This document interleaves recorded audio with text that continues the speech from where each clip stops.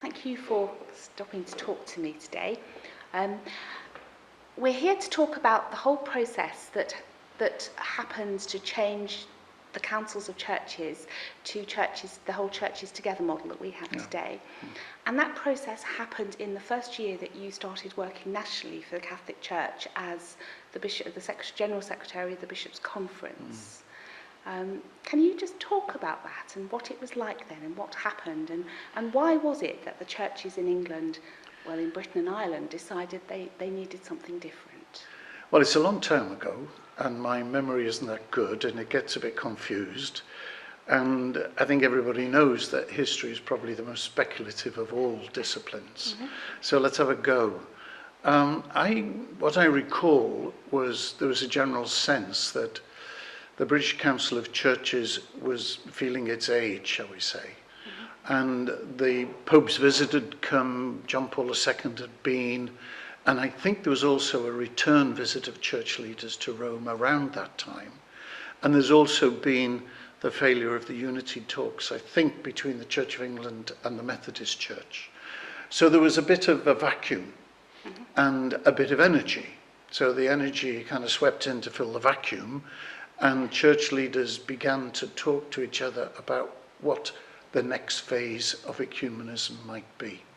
And that was greatly helped by, as I remember, an undertaking by the British Council of Churches that, given a process of wide discussion, it was willing to see itself transformed or even go out of business, while constitutionally that was a bit difficult. And I think it's true to say that the crucial factor in this was going to be the participation and the status of the Catholic Church. Because we'd always been observers at the British Council of Churches, and that I think was felt to be an imbalance, a deficit in what the British Council of Churches stood for. And the issue around why we were observer status was always the question of ecclesiology, the question of how is the church understood? What is the church understood to be? How is belief about the church manifested in institutions? And I think there was a realization that there was quite a gulf between a council of churches ecclesiology and the Catholic understanding, a Catholic ecclesiology. And from my point of view, that became the central, pivotal theme of the next few years. Okay.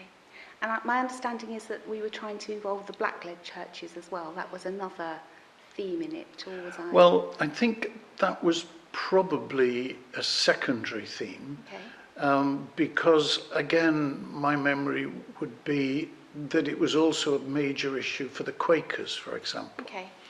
So we were really, first of all, looking to see something that could more clearly respect and embrace different ecclesiologies. And that led, as the titles suggest, to the development from a council of churches, because in that title, the institution is the council. So the ecclesiology is expressed, as it were, in the council of churches, to a churches together, which left then the freedom or the scope for churches to be themselves, but pledging to work together without losing a distinctive self-understanding. Okay, that's really helpful. But in the middle, we have this process. We have this inter-church process, which took its title from the words of the Pope at Canterbury. Am I right? Oh, Not if strangers. you say so. Not So, strangers, not but strangers, pilgrims. but pilgrims. Yes, that's right. Yes, that's right. Yeah. Now, again, I think as the website says, there are a number of strands to this. There was a collection of people's views, so that was views from the pews. There was a collection of broader perspectives called observations. The one I was involved in, and the one which for me was absolutely central, not because I was involved in it, but because of the issue, came out as the book called Reflections, because that was then every church who wanted to participate in this process, whether they'd been members of the British Council of Churches or not, was invited to express its own self-understanding in its own terms and offer them to all the other participants so that we could begin, as it were, not to squeeze people into an established pattern, but to respect who, what, how self-understanding of each church and see how we stood alongside and worked together. And being responsible for that book, I would say was a pretty formative experience for me. In fact, trying to write the Catholic contribution to it with a wonderful bishop called Bishop Frank Thomas from Northampton Diocese, who died before this whole thing was finished, was a great experience too, because he was a fine theologian. He was a subtle theologian. And he enabled our contribution to that book to be firmly Catholic, and because he was firmly Catholic, easily entered and open to others to share and to participate, to stand alongside. But the key question was, how do we understand the church?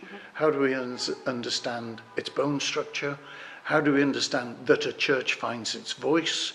Where is its voice box? How does this organic unity of a visible church express itself?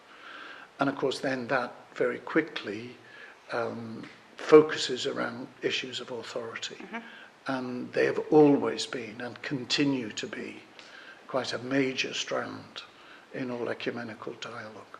So that meant, churches together, whether it was in England or in Wales or in Scotland or churches together in Britain and Ireland, was no longer going to be seen as the voice of the churches. It was going to be an enabling body that enabled the churches to speak together.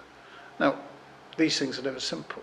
So as it's developed, it's had to struggle with notions of presidency and notions of how shared statements are made and where differences remain, and how, in that sense, a path is continually charted. And the core issue, I think, remains this sense of what is it to be the Church of Christ? What is, and how does that broad sense of being a disciple of Christ relate to any of the participating institutions as we have them? You make it sound so logical and so obvious, but were those the expectations of the people you worked with in the planning group as you were charting the whole Not Strangers but Pilgrims process, as you were working through? I don't remember a great deal of tension in the planning group, actually. Okay. The tensions came in the roadshow. The tensions came when we opened this process, which in these 3 books was basically a paper-based process, when we opened it to big public meetings. Okay. And then I think the 2 great points of tension that I recall were in the English meeting at Nottingham. There was the kind of oratorial pressure that, as a Catholic, I was not used to. Okay. And that was pressure from members of the Church of England on us Catholics to, as they said, share your bread. And I remember to me, I don't know what word to use, slightly dismissive phraseology that was used. I remember one man stood up and he said, "You claim to be the best bakers, so please share your bread with us." Now, that was hurtful, and it was probably, from my point of view, the most tense moment of the whole thing, because clearly a strong Catholic delegation were putting themselves into this interchurch process in a very public way for the first time, and that seemed discourteous at the least and aggressive at the worst. But I think it was Derek Warlock who was leading that. He told us to swallow hard and carry on.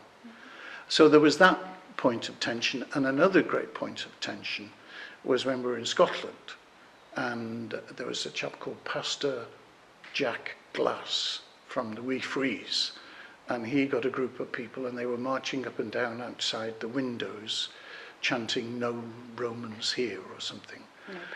No potpourri. Yeah. So we knew that this was not an easy process when it engaged with people's deeper feelings, And fears. feelings really. In the planning group, we dealt with people and ideas and beliefs, but this was raw feeling actually. And so it took a bit of time to go through that. So at one level on the planning group, it sounds as if the Catholic Church was very welcomed and there was a real desire to come up with some sort of structure that the Roman Catholic Church could be an equal part of and could contribute to and be part of wholeheartedly. But as the whole process got going and it involved more people, it sounds like there was a bit more opposition and fear and anxiety. I don't know that the word would be opposition. Okay. But the process became, I thought, a bit lacking in tact and in sensitivity, and that's not a good way in which to build alliances and to build understanding. Okay. I mean, I think, you know, the classic 4 C's is or 5 C's from cooperation to From conflict to communion. That's right. Conflict, cooperation, commitment. I can't remember the next one. There were lots Yeah, of versions, but yes. Yeah. So we were moving along that, but every now and then there was a kind of flashback to conflict. Right. And was really, we wanted to get from parallel cooperation to a mutual commitment. And I think we did. Okay. But it sounds like it was a process of discernment. It wasn't a done deal from the beginning. No, You didn't certainly know not. what- No.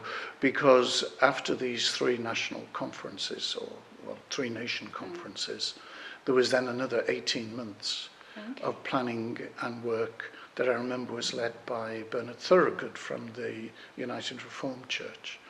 And that was the process whereby the new ecumenical instruments were fashioned and eventually agreed on. So was that before or after Swanwick?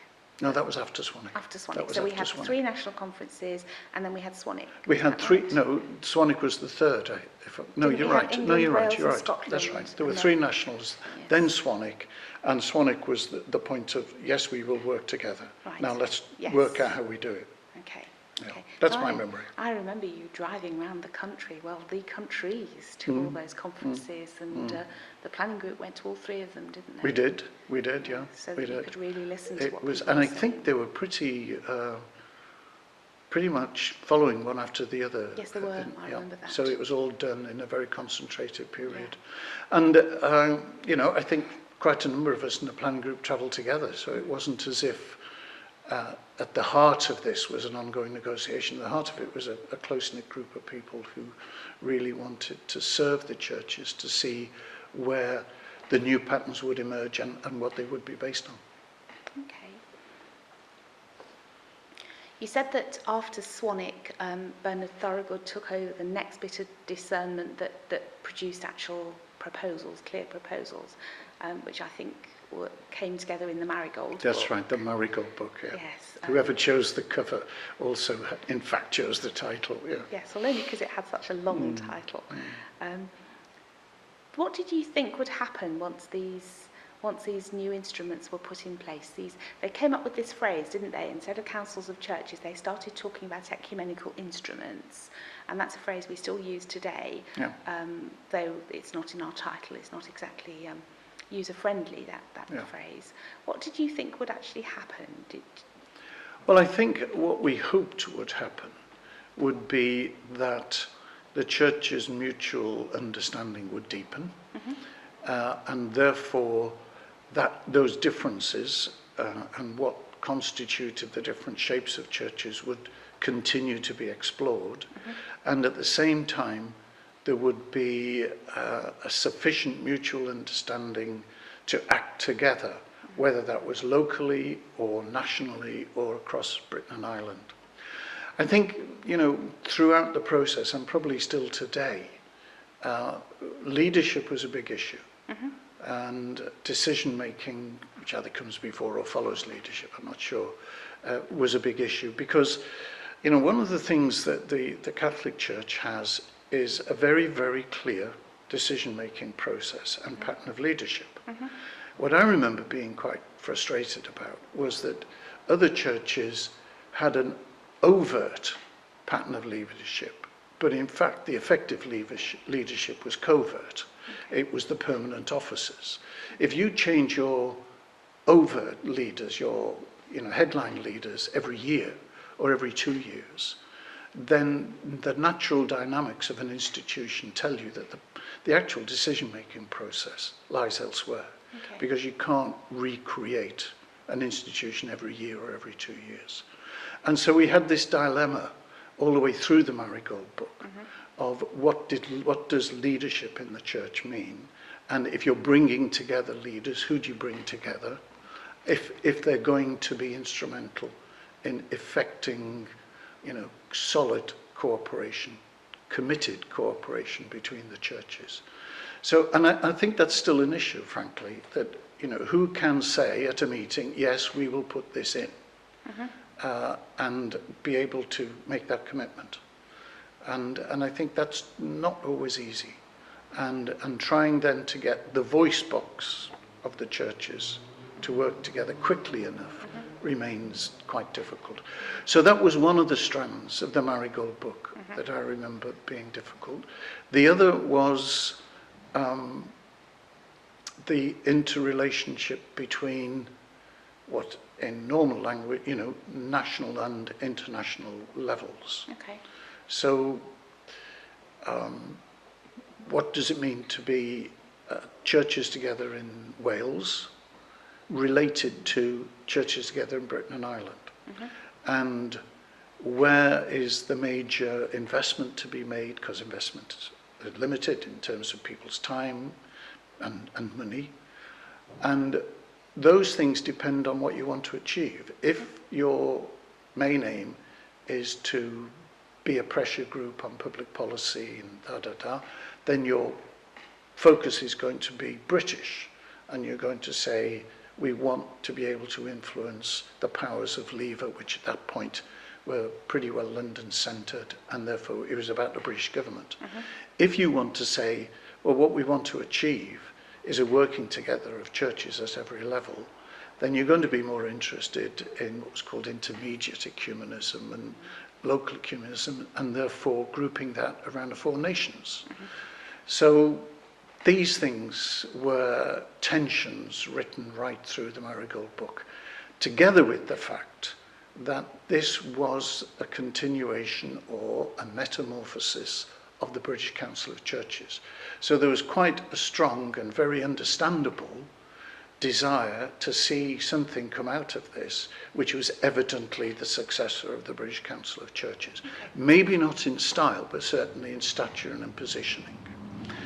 And, it's taken 15 years to work that out, in my view.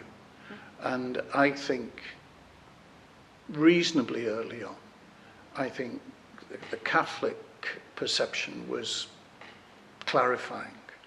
And I think from reasonably early on, we were clear that it was the CTE was the thing that we were really interested in, because our focus in ecumenism was actually about working together and fostering that cooperation and whatever could be done, whether it's in a local town or a city, and in that sense served by what people served from a point of view of commonality, of common perspective, and that we thought was more likely at an English level than it was at a British and Irish level.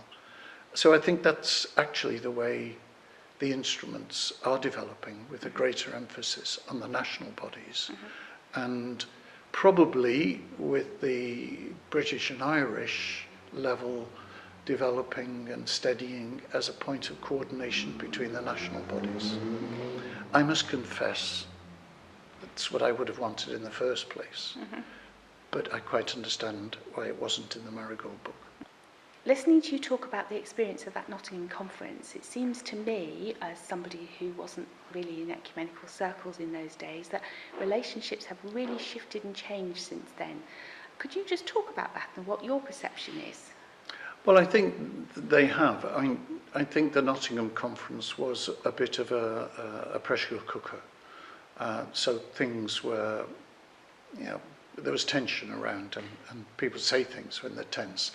And I think the pattern of working together with the new ecumenical instruments, has been effective in regularly and systematically bringing people into contact with each other in an institutional way that wasn't so structured as the British Council of Churches. So it's created mutual space, shared space, and in that shared space, whether it's locally or whether it's in regions or nationally, I think relationships have strengthened enormously. So, from my point of view, I think we relate very easily now to also the leaders of many, many other churches. And there's a regular pattern of meetings. And I think we're able to talk quite frankly about difficult issues without any sharpness. An example of something that's quite new, obviously, is the energetic presence of black-led churches. And I remember at one of the Swanwick meetings, there was a great buzz in the room of energy, and it was about the excitement of faith and the mission of faith, and the Orthodox were there as well. But a difficult issue that comes out of that has been that the mission endeavour of black-led churches sometimes it seems to be targeted at Catholics, saying, oh, come on, join us, you'll find this much better. But we could talk about that. And we could say, our mission endeavour, yes, it responds to people's instinctive desire for maybe this or that kind of worship, but it should be respecting present allegiances and ecclesial belonging. And really, we ought to be looking at people who have no contact with Christ or who have lost the contact that they had. So we can talk about those things, and they're not difficult. So I think the relationships have developed to allow that more serious conversation. I must admit, I think the appetite for theological discussion is diminished, and I suspect that's because the demands of the environment in which we live, which sometimes can be dismissive of faith and sometimes can be quite aggressive towards Christian faith, really mean that we're looking much more to be confident in the expression of our shared faith to that outside, to the world around it, or to the world in which we live. So there's a much more evangelical sense, I think, to ecumenical work. Evangelical in the explicit promotion of the gospel, and evangelical in the sense of putting it into action in service. So I think, it's very interesting to me, the present development of a week of Christian prayer before Pentecost. And we've talked about how this relates to the week of Christian prayer in January. And one way of expressing it is to say the January week of prayer is a week of prayer for Christian unity, and the Pentecost is a week of prayer for Christian mission. And the two complement each other. Though I would have to say that the energy just at the moment is probably more around mission and if around Pentecost than around January. But they both need each other. It's not one or the other. It has to continually be both. Okay, thank you. What are the lessons for today from Not Strangers but Pilgrims, if you cast your mind back to that process? I would say that we should always be patient with each other, that we shouldn't be afraid of making some longer term plans and trying to see something that's organic and structural. I think we have to learn to be flexible as well, to not worry too much about the institutions or the patterns that we create together as dominating the desire to move forward. And I think it's always to the great credit of the British Council of Churches that they were willing to say we're disposable. And I think there are lots of things in our ecumenical work together that we have to be able to say, I'll change. And I think too, what not strangers but Pilgrims did was it gave an equality of status, I think, to all the participating churches, despite the vast differences in size and in resources. And I still think we have lots to learn about that. Mm-hmm. You know, we can still think that the work of ecumenism is achieved when I might have an idea and start it, and when it's well underway, ask others to join in. Mm-hmm. You know, that's not really working together. Mm-hmm. But equally, it's part of ecumenism for us to be able to say to each other, you do that very well, I'll back you in what you do. We do this very well, will you back us in this? So ecumenism doesn't always have to be everybody doing everything, mm-hmm. but it should really always have an awareness of each other across the board as early as possible in planning and in discussion. Thank you very much indeed.